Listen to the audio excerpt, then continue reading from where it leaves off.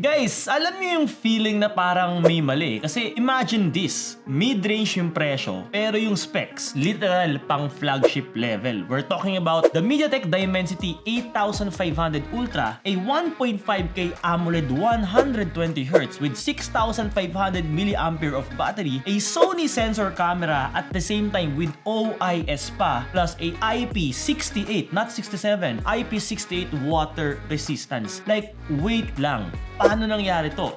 So today, pag-uusapan natin, walang iba. Ang pinaka-trending, pinaka-most requested through DMs and comments right now is the POCO X8 Pro. So, eto na nga ba ang the new flagship killer of 2026. And oh, by the way guys in this video, just to let you know, we will also do a giveaway of the POCO X8 Pro. So panoorin nyo guys hanggang dulo. Once again, it's James Afante, also known as Kuya James. And now, James Ipino, let's go.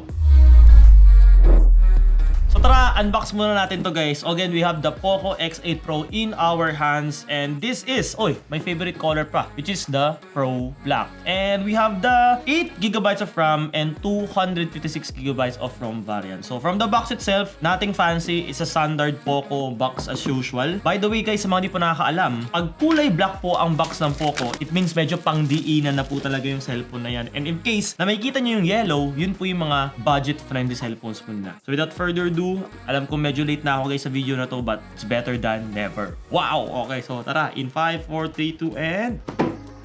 Okay, so standard POCO. And definitely, this will be the case. And probably gray na naman siya. Okay, it's a gray case. Smell test. And we have the phone itself. Gonna put it here muna. And we have a wow! Wow! We have a 100 watts brick designed by Xiaomi.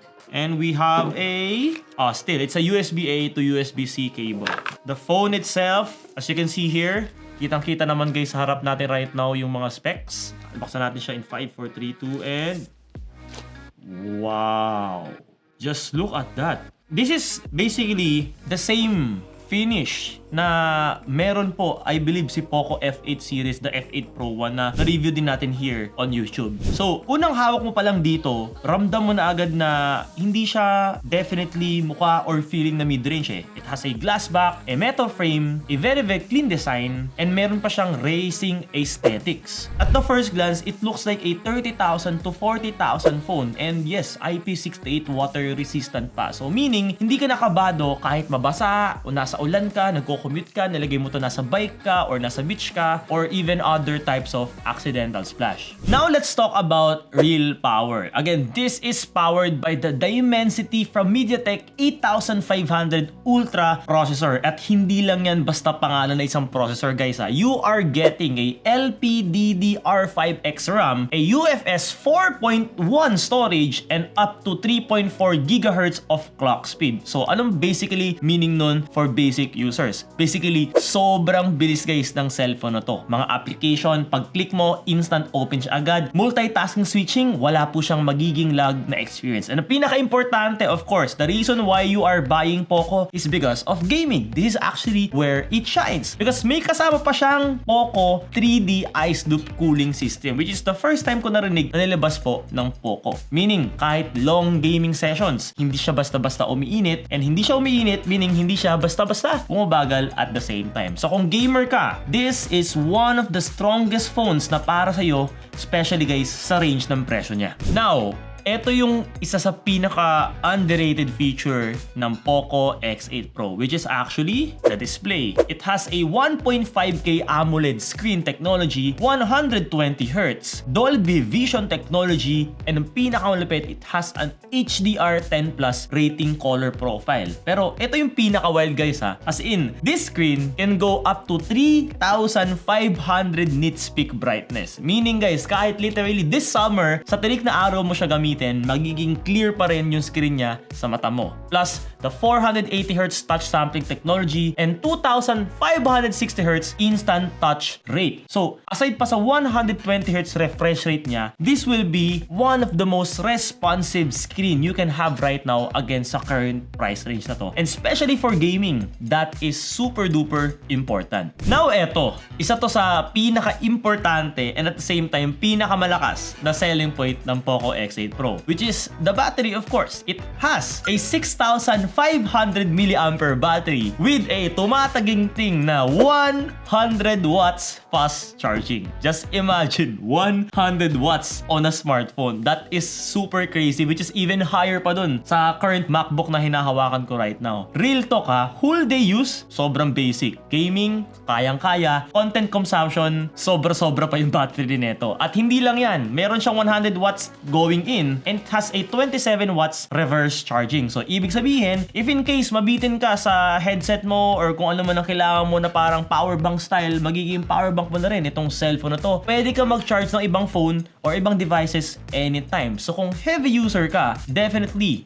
this phone is built for you. Now, pag-usapan naman natin yung camera ng cellphone na to, guys. Kasi honestly, even though, again, mid-range to yung camera pang flagship level. The main camera features a 50 megapixel Sony IMX882 with OIS. Sa mga di pa nakakaalam ko anong OIS, it's basically an optical image stabilization technology. So what does that mean? Ibig sabihin, it will give you more stable shots, a better low light capability, and definitely, it will give you smoother and much clearer video footage. Plus, meron pa tong ultra-wide camera with AI features and meron siyang tinatawag na Ultra Snap. So, pag sinabing Ultra Snap, basically, this is the fast capture feature ng cellphone na to, guys. So, ibig sabihin, on any moving subjects, kaya niyang i-freeze yung mga moments na yon without any blur. So, front cam naman. Front cam has a 20 megapixel, which is solid na for selfies and other TikTok or Facebook Reel content kung ano mang kailangan mo. Hindi siya camera phone flagship level on the front-facing camera, but for the price, again guys, sobrang panalo. Now, here where it actually gets interesting. This phone has a extra feature called the Xiaomi Offline Communication. So, ano yung Xiaomi Offline Communication? From the word itself, offline, meaning kahit walang internet, wala kang cellular signal, or literally wala ka talagang signal, pwede ka pa rin makapag-communicate. So,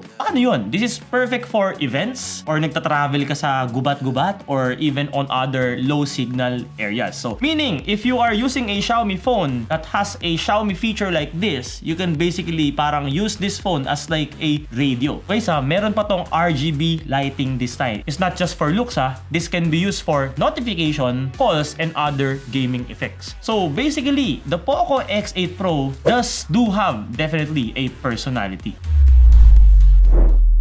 So, the biggest question of all, is the Poco X8 Pro worth it? The short answer is yes, sobra pa. This phone is for gamers, students, content consumers, or heavy content consumers, or other people who want a flagship feel without the flagship price tag. Hindi siya perfect, guys, hindi siya perfect. But for the price na meron right now ng Poco X8 Pro, it's one of the best value phone right now this 2026. And yes guys, it's the giveaway time. So every YouTube videos na ginagawa natin, or most of the videos na ginagawa natin guys dito sa channel na to, is namimigay tayo kung ano man yung nire-review natin basta as long as kaya. So in this video, we'll be giving away a Poco X8 Pro to 1 lucky subscriber in this video. But before that, i-announce na muna namin guys yung winner ng Poco F8 Pro from our previous video. So ilalabas ko guys dito sa video na to yung comment na panalo guys. Kung ikaw to right now nanonood ka, go message our Facebook page Kuya James Afante with blue check mark to claim your prize. So paano ka mananalo ng Poco X8 Pro? Simple lang, like this video, make sure to subscribe on our YouTube channel and turn on the notification bell, and comment down below what is your favorite feature of the Poco X8 Pro and why. Plus, may bonus pa tayo guys just in case if you share this video, you will get an extra chance to win the Poco X8 Pro. Winner will always be announced on the next videos coming soon. And by the way, if ever naghahanap ka ng mura at discounted na Poco X8 Pro, I will attach a link in the description with the lowest price guaranteed, cash on delivery, and free shipping nationwide pa yan. So once again, it's James Afante, also known as Kuya James, but hindi pa dito natatapos tong video video na to. And in case umabot ka sa video na to, good news, we will be also covering the Poco X8 Pro Max, guys. So, this will be on the next video and there will be a giveaway of this phone again. So, again, this is James 3.0 and see you on the next video. Probably ilalabas ko lang siya dito pag meron na.